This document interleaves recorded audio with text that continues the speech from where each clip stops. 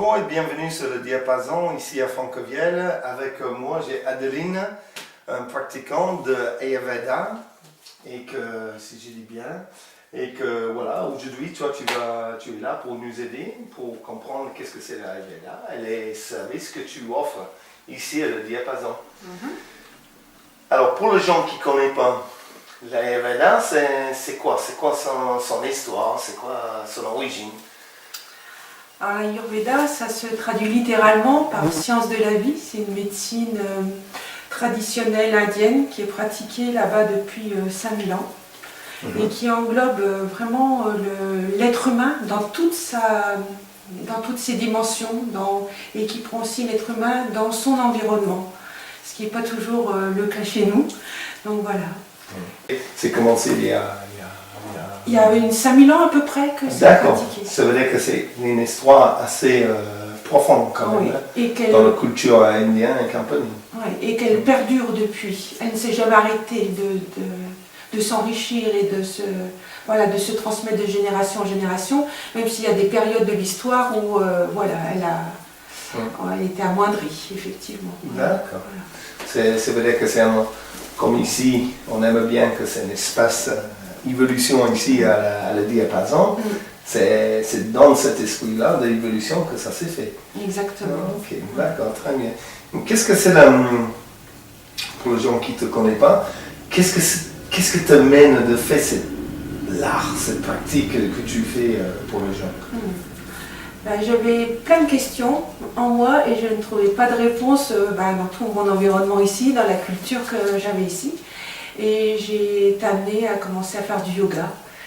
Et ça m'a apporté tellement de bien que j'ai vraiment envie de le partager, de le transmettre aussi à d'autres personnes en me disant que si ça avait pu m'aider moi, ça pourrait aussi aider d'autres personnes. D'accord. Voilà, et ça c'était quand? C'était il y a 2004. D'accord, ça fait 10 ans des études, d'expérimentation que tu fais avec ton art. Voilà. Ça veut dire que tu as une certaine profondeur aussi dans toi-même de l'exploration de l'Ayurveda. Oui.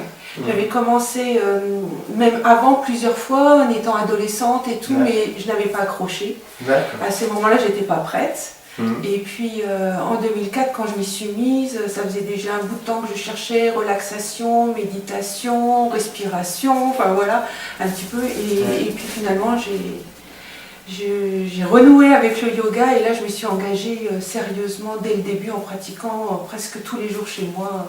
Dès le début, au début 10 minutes, c'était voilà, très court, mais...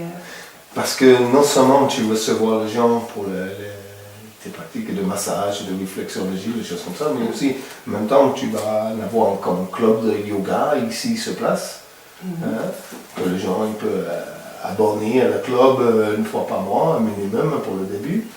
Ça veut dire que tu es plusieurs de cordes de ton marché, on peut dire. On peut dire comme ça. Oui, parce que l'Ayurveda englobe tous les aspects de la vie. Aussi bien l'alimentation, donc c'est même la première médecine de l'Ayurveda. Toutes les choses qu'on met dans la bouche, c'est un médicament. Moi, on nourrit toutes nos petites cellules de ce qu'on mange, pas que de ce qu'on mange, mais aussi de ce qu'on pense. Et voilà. Mais bon, quand même en grande partie, on le fait plusieurs fois cet acte par jour, en moyenne 3 fois par jour. Donc c'est loin d'être anodin et donc forcément on peut agir sur l'alimentation. Donc l'alimentation, je parle moi des domaines que je pratique le plus, donc la cuisine ayurvédique, les massages ayurvédiques et le yoga, ce sont vraiment les trois domaines que je connais le mieux. Ouais, d'accord. Ok. Et que pour les gens qui vont venir ici, qu'est-ce qu'ils doivent avoir dans une séance? Est-ce que c'est pour combien de temps? Comment ça s'approche la première fois que pour les gens qui n'ont jamais fait un truc comme ça? Alors, ça dépend pourquoi ils viennent. Toujours le cas. Effectivement, si c'est pour un soin de massage ayurvédique ou de réflexologie, j'irai une bonne heure, parce qu'en général il y a quand même 1 heure de soin. Et puis le temps d'avoir aussi un échange, parce que voilà, pour pouvoir permettre comment dirais-je, d'identifier les besoins, de pouvoir les personnaliser et puis aussi pour pouvoir exploiter ça, ce qui sort du massage aussi, que ça soit bénéfique pour pouvoir avancer, faire quelque chose de ce qui a été mis en avant pendant le massage. Ça veut dire qu'en fait, quand les gens viennent, c'est pas juste un simple massage, c'est aussi une exploration de soi-même, d'investigation. Ça veut dire que les gens de son côté, est-ce que après la séance, qu'est-ce qui se passe pour eux? Est-ce que tu as remarqué un changement dans les gens, un changement de façon de faire la vie, dans la longue durée aussi? Est-ce que tu as remarqué, qu'est-ce que tu as remarqué le plus dans ton expérience avec ces gens? Eh bien, en fait, ça dépend vraiment dans quel état d'esprit on vient. Si on vient juste parce qu'on a envie d'un massage qui apporte de la vitalité et en même temps de la détente, un certain rééquilibrage et que ça se limite à ça, c'est complètement possible, il n'y a aucun problème. Tout à fait. On a des fois besoin de se détendre et simplement, c'est déjà énorme, surtout dans notre monde aujourd'hui. Mais il y a des fois aussi, ça peut vraiment être un moyen d'aller libérer certaines émotions, certains problèmes aussi psychologiques. Ça peut aider aussi, à prendre conscience surtout. Pour moi, ce qui est très important, c'est d'amener des prises de conscience et aussi, du coup, de permettre aux gens à devenir plus acteurs de leur santé, de leur bien-être. C'est pour moi ce qui est essentiel. Donc voilà, s'ils ont envie de rentrer dans cette dynamique-là, on peut approfondir à ce niveau-là. Voilà. Et le massage est vraiment un excellent support pour ça. D'accord, c'est comme une clé d'ouverture dans l'exploration de toutes les autres choses en petits détails. Voilà, après c'est possible, mais c'est comme chacun vient avec ce qu'il a envie, aussi, quelle est sa disposition, son état d'esprit au moment où il vient aussi, quelle est sa démarche. Donc on respecte tout ça, c'est toujours important de vraiment respecter la personne où elle en est. D'accord. Voilà.